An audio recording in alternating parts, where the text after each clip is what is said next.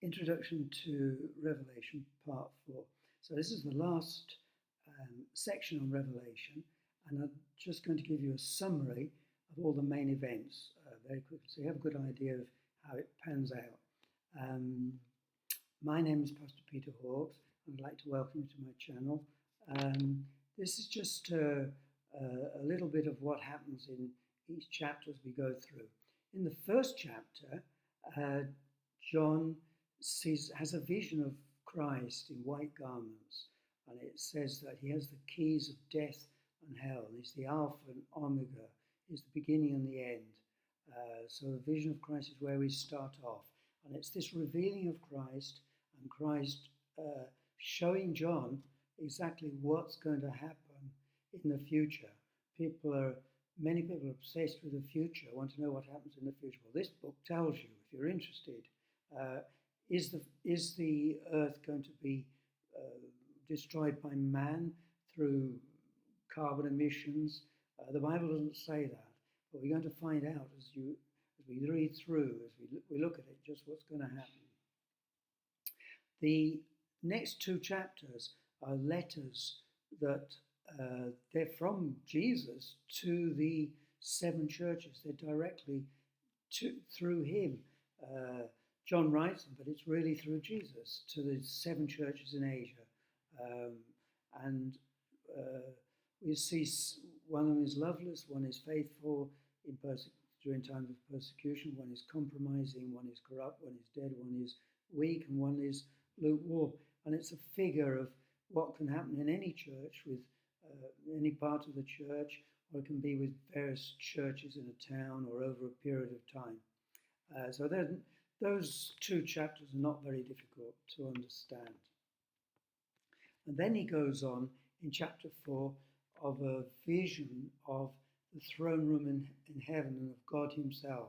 And he describes it 24 thrones, 24 elders, so describing the apostles and the 12 tribes perhaps, and 7 lamps, which are 7 spirits before the throne, and a glass sea.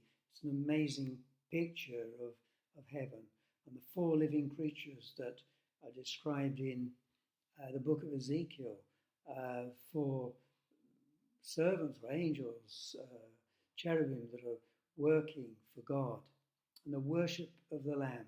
This is the main thing that comes out, this big contrast between worship of the Lamb and the works of the devil in the book of Revelation. So chapter 4 does that. In chapter 7 goes back to that goes back to worship. Between that there's an interlude, and we have in chapter 5 and 6 a picture of a scroll, and it's beginning of judgment, and the scroll, nobody could open the seals to open what are the judgments. The whole book of Revelation is all about this second coming and the judgment, and here it begins. And there's the worship of the Lamb and the song to the Lamb. We find in chapters 5 and 6, the first seal is the beginning of judgment as it plays out. A white horse, which some have said is the Antichrist. I don't believe that. I believe that's Christ himself on a white horse. Then there's a red horse, and there's a black horse, and there's a pale horse on the 4th seal. Then the 5th seal are martyrs, and the 6th seal is to do with cosmic disturbance. And it then talks about the 144,000 that were sealed, protected in a way, and the multitude that came out of the great tribulation. And it talks about, in these 2 chapters, about conflict and death and famine and martyrdom and cosmic disturbances. So pretty frightening description of what's going to happen in the future. So we're warned. Things aren't going to be easy. Then we find in the 7th seal, the 7 trumpets are bringing out more judgments. And there's a mighty angel in chapter 10 with a little book. So the 7 trumpets are in chapters 8 and 9. We don't get a description of the 7th trumpet, it's just mentioned. And then later goes back into the end of chapter 11, it tells us what is in that 7th trumpet. In between, there's another interlude we have a picture of the two witnesses, which I mentioned in another video, two olive trees, two lampstands, and the beast comes from the pit. So if you're interested in who the two witnesses are, you can listen to watch one of the other videos about that. In chapter 12, we have a very strange picture of a woman with a child and the dragon trying to kill the child, but Satan is thrown out of heaven. And again, you can listen to or watch my video about who the woman represents and who the child is, and the dragon is the serpent. And then in chapter 13, we find two beasts. One comes from the sea with 7 heads and 10 horns. He's given power by the dragon, and there's a beast from the land. So the beast from the sea is generally thought to be the Antichrist, and then the beast from the land has 2 horns, and there's a number 666, and then there's warfare. In chapter 14, we have another picture of the Lamb and the 144,000, and the 3 angels proclaim a beginning of the Son of Man's harvest with a sickle, the grapes of wrath, and a winepress, and more description of the judgment, the end-time judgment of those that reject Christ.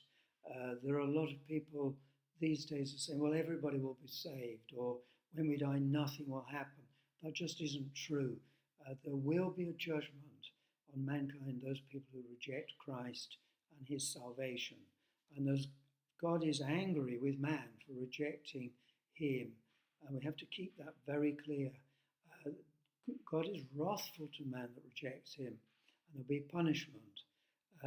So the book of Revelation shows that. In chapters 15 and 16, we find the last judgment with the 7 plagues, the 7 angels and the wrath of God. This is through the 7 bowls, or vials as the old version has it.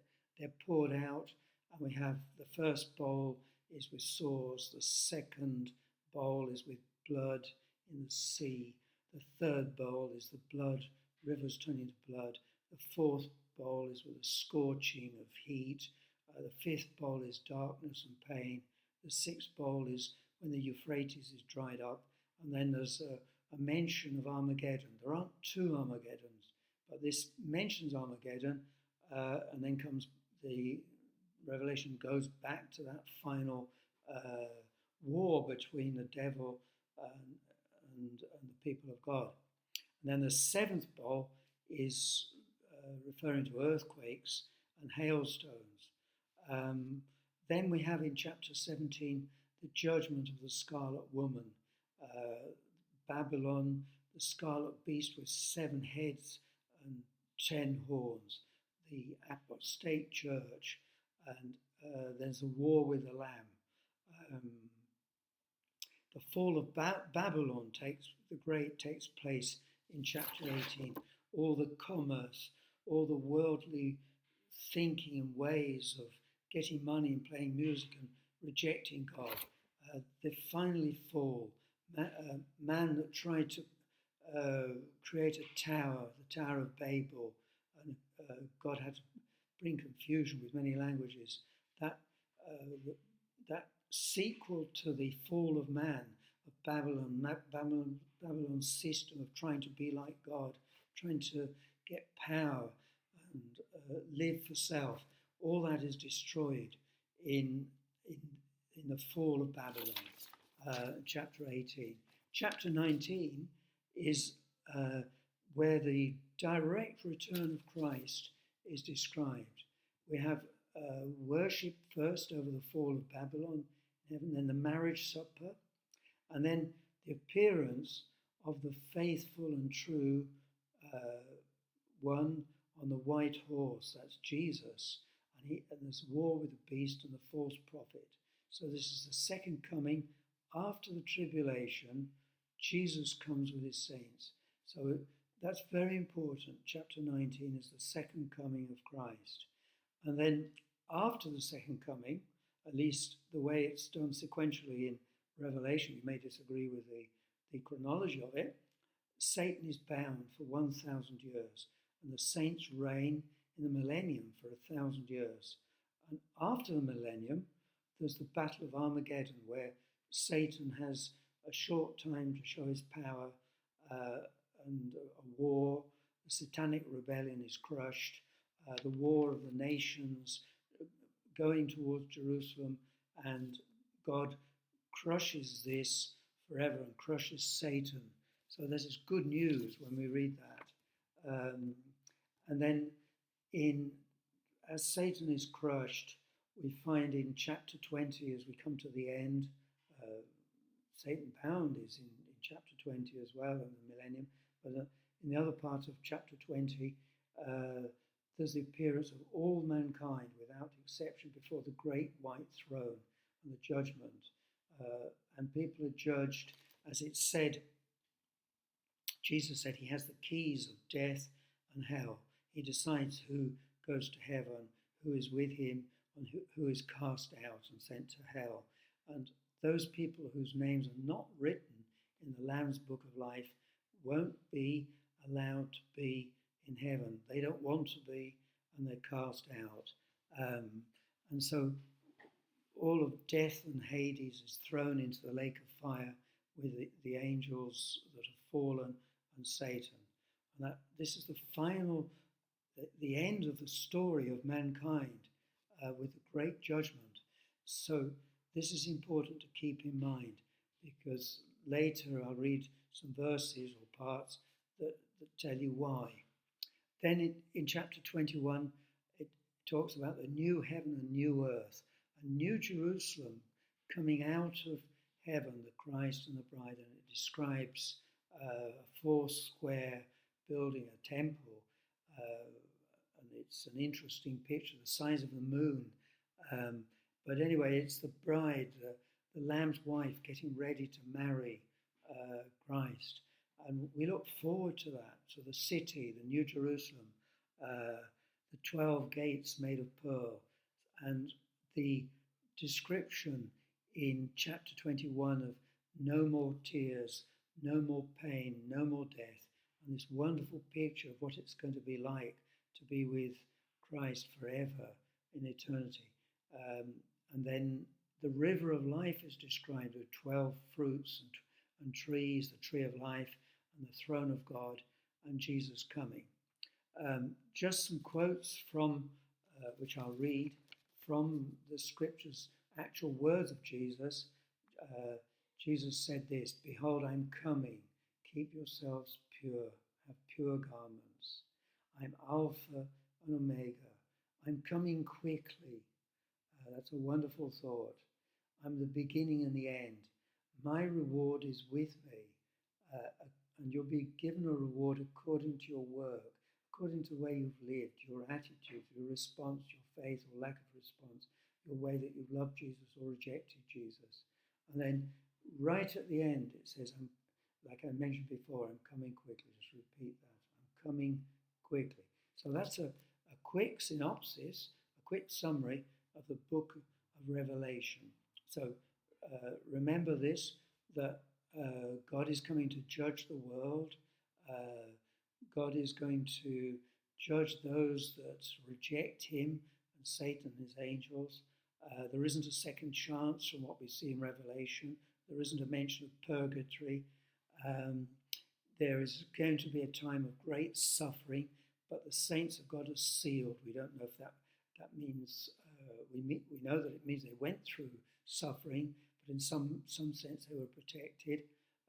We have awful visions of death and vegetation being burnt up, or not burnt up, but taken away, scorching of earth, and terrible visions of blood, cataclysmic cosmic events. These are all predicted, they're all prophesied in the book of Revelation. And yet it's a wonderful book that shows God's justice. And it's saying to us, be patient, because in the end, God wins. God is victorious. He is Lord. We don't see that in this world today. We see that the devil seems to be working full time in people's hearts to produce corruption and violence and hatred and bribery and rape and all these things. But there's coming a time when all these ones, including Satan, will be judged, and the final judgment will take place. Jesus will come back and he'll establish a new earth and a new heaven, and we'll live in eternity with him. So praise God. So if you haven't, you can listen to those other 3 videos that I did about Revelation, and do feel free to ask any questions. I don't know, I have all the answers. And as I said before, we can't be dogmatic about the interpretation of Revelation. There are lots of people with very strong opinions. We can't be. But all we can say is certain things seem to be indicated by the book, and many of the things are confirmed or foreshadowed in other scriptures beforehand. So please do read the Olivet Discourse in Matthew 24 onwards. Please do read Daniel and Ezekiel and Zechariah. Read 1 and 2 Thessalonians. Those books will give you a good idea about the second coming, the rapture, judgment, the signs. If you haven't seen a video about the signs of the second coming, then you may want to find a video that talks about that. You may have questions. Are we in the end times? Is Jesus coming soon? We don't know, but when he comes, it'll be like a thief in the night. What's important is to be ready, to be prepared, to welcome Jesus, to keep ourselves pure, to be faithful, to keep going. This is the message of Revelation. There's justice in the end. And those are the things which are really important. So don't let anybody fool you by saying, when we die, nothing will happen. There isn't going to be a hell.